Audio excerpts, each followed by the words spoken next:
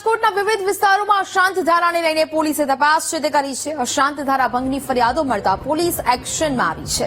Gandhigram police મથક હેઠળના વિવિધ વિસ્તારોમાં પોલીસનું ચેકિંગ। અશાંત ધારા ભંગની પોલીસને 13 જેટલી ફરિયાદો મળી હતી। ભાડે મકાન આપવામાં પણ જાહેરનામાનો ભંગ થયો હશે તો ગુનો નોંધાશે। ભાડુઆત મુદ્દે નિયમ ભંગના કિસ્સામાં પણ પોલીસે ગુનો નોંધ્યો। 13માંથી 3 મકાનોમાં જાહેરનામાનો ભંગ થયાનું સામે આવ્યું છે।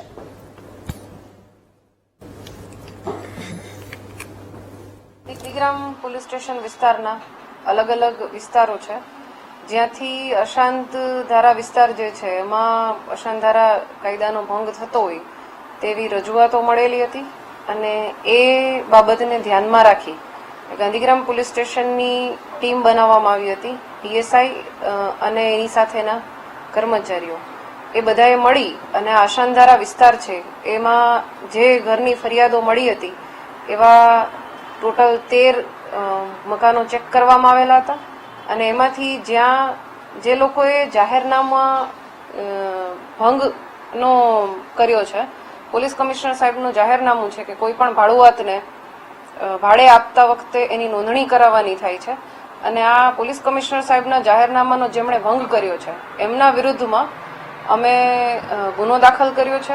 આવા 3 વ્યક્તિ છે જેમના વિરુદ્ધમાં ગુનો દાખલ કરવામાં આવેલો છે અને હજુ પણ આવતા દિવસોમાં અમારી જે ટીમ્સ છે એના દ્વારા આ અલગ અલગ વિસ્તારોમાં ચેકિંગ ચાલુ રહેશે। રજૂઆત છે કે અશાંત ધારો હોવા છતાં પણ અશાંત ધારાના કાયદાનું કડક અમલીકરણ થતું નથી અને વારંવાર કાયદાનો ભંગ થતો પણ જોવા મળે છે। ત્યારે આ બાબતે વિસ્તારવાસીઓએ વારંવાર અમે રજૂઆત કરેલી છે અને એ બાબતે ધ્યાનમાં લઈને ગઈકાલે સમગ્ર વિસ્તારવાસીઓને લઈને અમે કલેક્ટરશ્રીને મળવા ગયા હતા કે જે જગ્યાએ અશાંત ધારો લાગુ થયેલો છે ત્યાં કડકપણે કાયદાનું પાલન થાય અને વિસ્તારવાસીઓના જે કંઈ પણ સમસ્યા છે એ સમસ્યાનું નિરાકરણ થાય।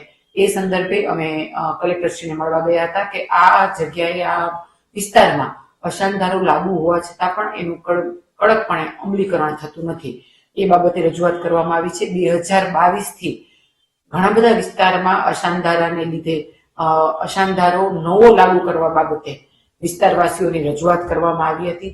એ બાબતે પણ અમે 2022થી કલેક્ટરશ્રીને એ બાબતે પણ રજૂઆત કરેલી છે।